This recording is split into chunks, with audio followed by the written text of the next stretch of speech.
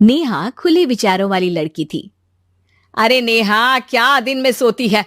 ससुराल में ऐसा नहीं चलेगा, वहां तो काम करना पड़ेगा। काम जितना काम होगा कर लूंगी माँ, पर अगर कोई ये कहे कि सारा आराम छोड़कर सिर्फ काम ही करना है तो ना भी ना, मुझे नहीं करनी शादी।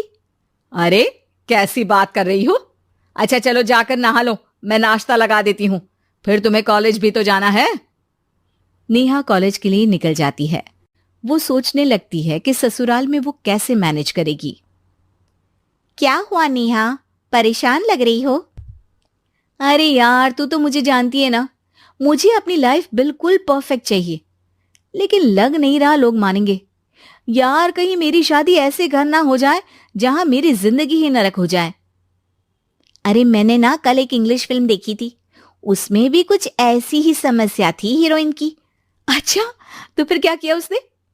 उसने तो अपने होने वाले पति से साफ साफ कह दिया कि वो पहले उसके घर कुछ दिन तक बिना शादी के रह कर देखेगी, और अगर ठीक लगा तो ठीक, वरना तेरे मेरे रास्ते अलग। अरे हाँ यार, ये तो बिल्कुल सही आइडिया दे रही है तू मुझे। चल मैं तो चली, थैंक्स यार, तूने मेरी प्रॉब्लम सॉल्व कर दी। ये बोलकर नेहा खुशी खुशी वहां से निकल जाती है, लेकिन पीछे से उसकी सहेली कहती है, अरे नेहा, नहीं नहीं, कुछ नहीं सुनना मुझे। ये बोलकर वो वहां से चली जाती है। हे भगवान, पूरी बात सुने बिना ही चली गई। अरे वो तो विदेशी फिल्म थी, वहां सब चलता है, लेकिन ये तो भारत है, सभ्यता और संस्कारों वाला देश, जहां शादी से पहले लड़की को ससुराल में नहीं रखा जाता। खैर, नेहा मस्त होकर घर आती है। नेहा, कल तुझे लड़के वाले देखने आने वाले हैं, और हाँ, इस बार कोई बहाना नहीं चलेगा। हाँ हाँ, आने दो आने दो, मैं तैयार हूं शादी के लिए। अगले दिन लड़के वाले आते हैं, जहां लड़का कहता है, मुझे अकेले में लड़की से कुछ पूछना है। हाँ हाँ, क्यों नहीं बेटा, जाओ नेहा, घर तो दिखा दो इन्हें। नेहा भी खुश हो जाती है कि उसे मौका मिल गया है लड़के से अपनी शर्त रखने का। देखो, मुझे ना शादी से बहुत डर लगता है, पता नहीं कैसी लड़की आए, तालमेल बना पाए कि नहीं मेरे परिवार से। मैंने कई घरों में रोज का क्लेश होते देखा है। तुमने तो मेरे दिल की बात कर दी। मैं भी यही सोच रही थी कि भाई सास तो अच्छी होनी चाहिए, पति सपोर्ट करे ना करे, रहना तो पूरे दिन सास के साथ है। लेकिन मेरे पास ना इसके लिए एक बहुत अच्छा आइडिया है। अच्छा, कैसा आइडिया? क्यों ना शादी के पहले मैं कुछ दिनों तक तुम्हारे घर आकर रह लूं, तुम लोग मुझे समझ लेना, मैं तुम लोगों को समझ लूंगी, ठीक लगा तो शादी, वरना टाटा बाय बाय। क्यों?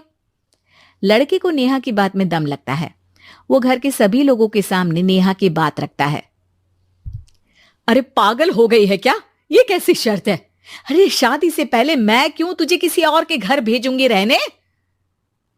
अरे लड़की के ख्याल तो 20 साल आगे के हैं, इतनी भी खुले विचारों वाली लड़की नहीं चाहिए हमें। अरे माँ, क्या बुरा और गलत बोल रही है ये? रहना तो हम दोनों का है ना, कल को कोई परेशानी आई तो तुम सब तो ये बोलकर निकल जाओगे कि जिंदगी तुम लोगों को ही निभानी है, तुम लोगों को जो करना है करो। तब क्या करूंगा बताओ? सबके समझाने पर वो लोग मान जाते हैं। वाह, मैं 2-3 दिनों में पैकिंग कर लूंगी, तो आकर मुझे ले जाना। और नेहा पहुंच जाती है विशाल के घर। आओ आओ, ये रहा तुम्हारा कमरा। इस घर में तुम एज अ गेस्ट रहो, लेकिन माँ तुम्हें बहू की तरह ही ट्रीट करेंगे, और तुम भी उन्हें सास की तरह ही रखना। बस फिर क्या था, शुरू हो जाता है लिव इन सास बहू का ड्रामा। अरे चाय तो बना दे बहू। जी सासू माँ, अभी लाई। नेहा चाय लेकर आती है कि बस चाय लेकर आई हो, इसके साथ पकोड़े भी ले आती। लेकिन आपने तो बताया ही नहीं कि आपको चाय के साथ पकोड़े भी चाहिए। हाँ हाँ, अब तो पता चल गया ना। रात को खाना खाने के बाद नेहा किचन में खटर पटर कर रही होती है। क्या हो रहा है वहां नेहा? माँ जी, मैं ना रात को अदरक वाली चाय पीकर सोती हूँ, ये मेरी आदत है। अच्छा, तो जरा मेरे लिए भी बना देना। दोनों सास बहू रात को चाय पीती हैं। अगले दिन नेहा, मैं मंदिर जा रही हूँ, मेरी साड़ी निकाल कर बेड पर रख दे। नेहा सास के लिए साड़ी निकाल कर रख देती है। वो देखती है कि उसके आने के बाद से सास ने घर का कोई भी काम करना छोड़ दिया है। यार मैं क्या करूं? ऐसा ससुराल तो मुझे नहीं चाहिए था जिसमें मैं ही सारा काम करूं। मैं तो ऐसा घर चाहती हूं जहां सास और बहू दोनों मिलकर किचन में काम करें। हे भगवान, रात को चाय पी ली, पेट में गैस बन गई, अब तो चला भी नहीं जा रहा है। मुझे तो ऐसी बहू चाहिए जो हेल्थ के प्रति कॉन्शियस हो, क्योंकि वो ठीक रहेगी तभी तो मैं ठीक रहूंगी। दोनों समझ जाती हैं कि वो लोग एक दूसरे के लिए नहीं बने हैं। अगले दिन, नेहा, जरा चाय तो ले आना।